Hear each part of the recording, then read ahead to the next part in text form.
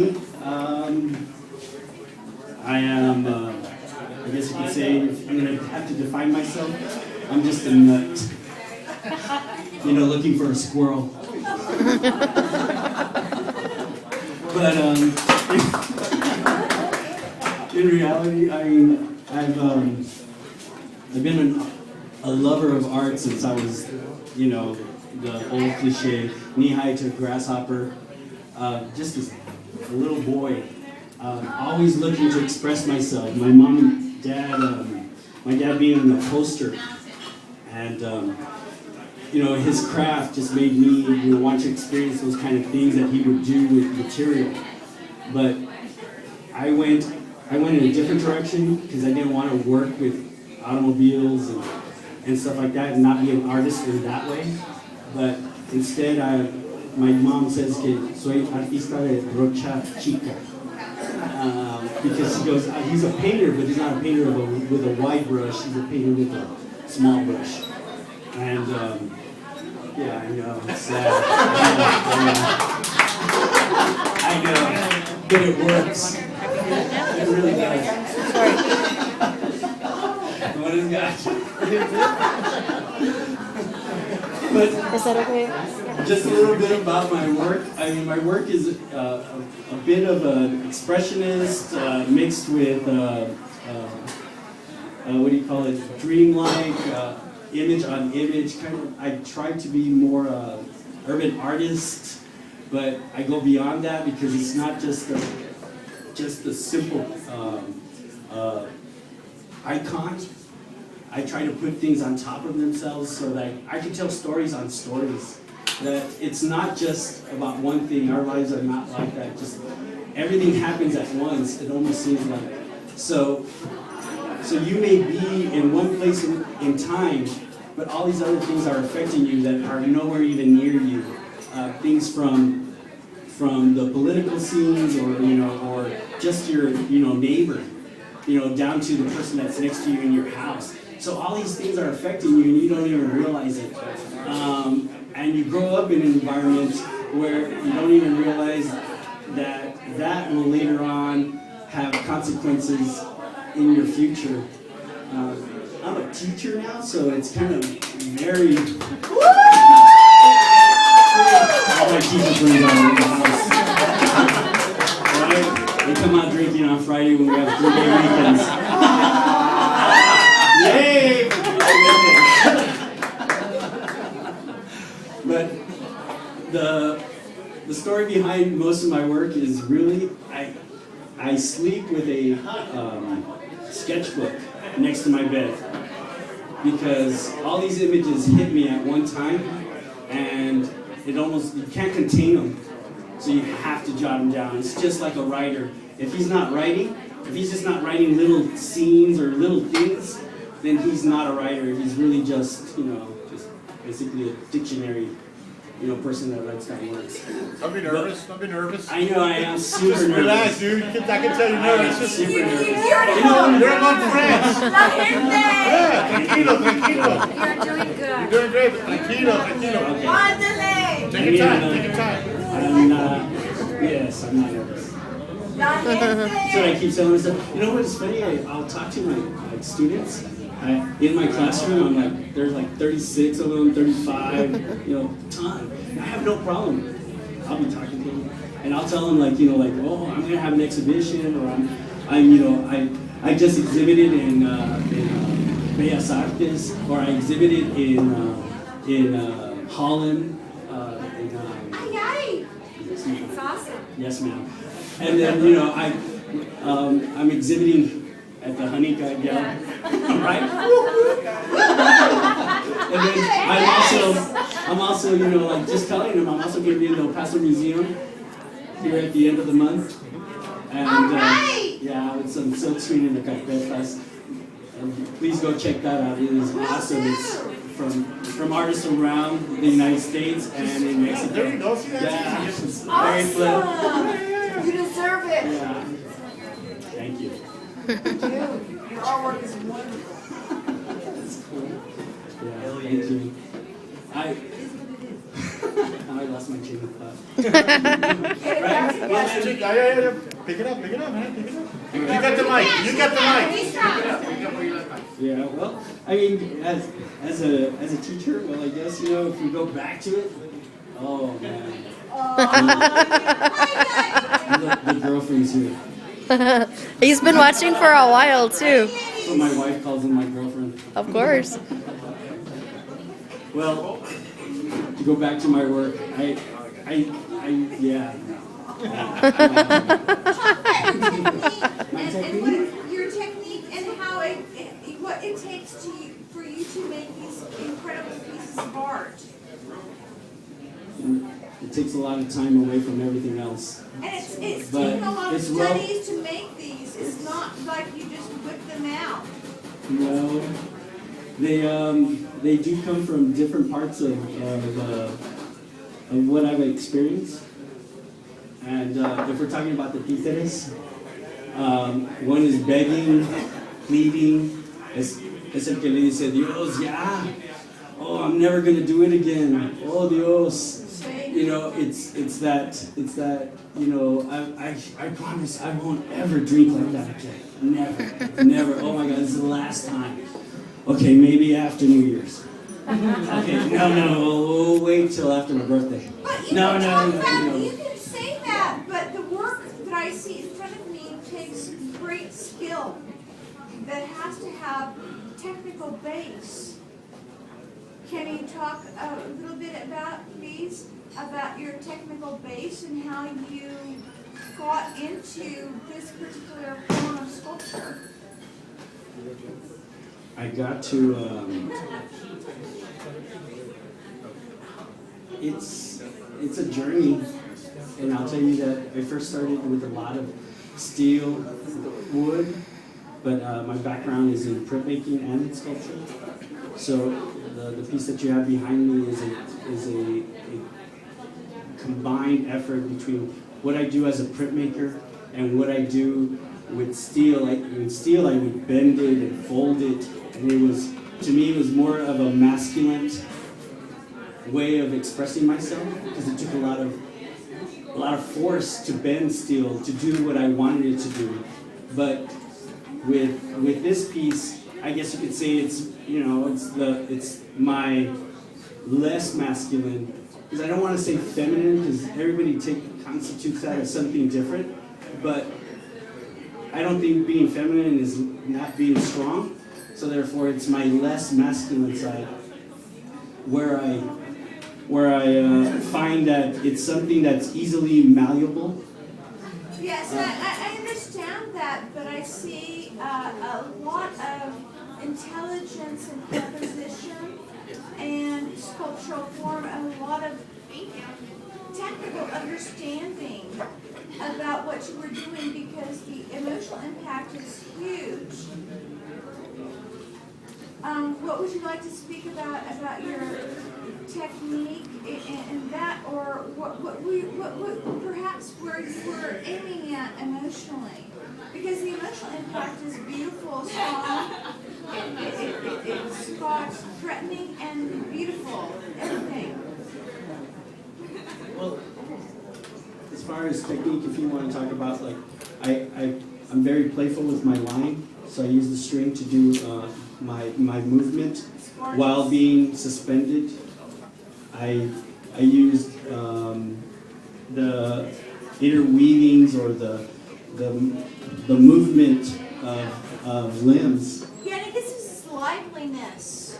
Even though they're skeletons, what you've done with the chords gives us this liveliness, like a circus kind of, where even though they should be dead things, there's alive. And one of my experiences was one time I visited. I've had the honor or the privilege of visiting Guanajuato, and I don't know if you've ever have gone to Guanajuato, and you see las momias of Guanajuato, and they're not like mummies like from Egypt. They're just regular people, just normal people that were mummified. To me, their suspension was like very impactful, and seeing them just, how unfortunately some of them were buried alive, and how it was horrible. But at the same time, it's like they're immortalized. You'll always be able to visit whoever it was, and you'll know the little story.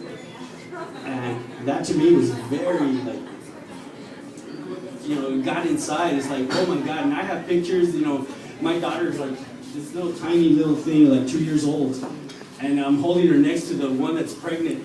And it's like, ooh, right? And my daughter's like this, like that. And I'm like, yeah. And it's so crazy because I'm all full of life. And she's freaked out, and the baby's dead. So it's this crazy combination of how we can relate, but fear death, make fun of it, and at the same time, one day we'll be a part of it. So it's this crazy circle that I think about, constantly. And a lot of my work has that death and life and wrapped up all together, and it's just one layer on top of others. It's like I was trying to say that it's all these things affects us, and we don't even realize how we're being moved through this world. And one of the stories I was telling, a while back, I had just put a piece up one time here. And it was, my dad is in the corner over there, and he's holding his scissors because he was in the poster. And my dad was like, he's cool, but he's too cool. He's too cool. He's too cool. He's this guy that, he had girlfriends. And I would see those kind of things, and they affected me in ways that I didn't realize. I was trying not to be like him. And then you find yourself having those thoughts of falling into that kind of routine, and then you play around with that and how you fight against the current. But as of right now, I'm still winning. But that is basically my work in a nutshell. I think I took a lot of time. Keep going. Do you have a question? Yes. Okay. You have the one that's pleading, that's always saying, the talkative one. And actually, I'm very, very talkative when it's in an intimate setting. This kind of setting, this is intimate. This feels like very, the room keeps going. One of those dreams that you never get to the end. But it's the platicador, the one that's always talking, telling you stories. It's like, oh, let me just tell you, oh my God, I used to be a smoker. But it's like, just talking and telling you about, cuando estaba chico, cuando estaba joven, I'm sorry if you can't understand Spanish, but, when I was young, when I was, this or that, it's the one that talks a lot. And then you have the one that's always trying to figure out problem solving. It's like you have to navigate through a maze of things.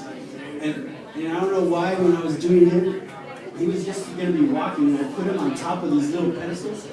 Because I don't know, when I was younger, Mario Brothers. And it's just my way of being comical, because it was just those little green pipes that come up on Mario Bros. The first one. I don't know, for whatever reason, when I was thinking of him, the one I was going through mazes, I thought of Mario.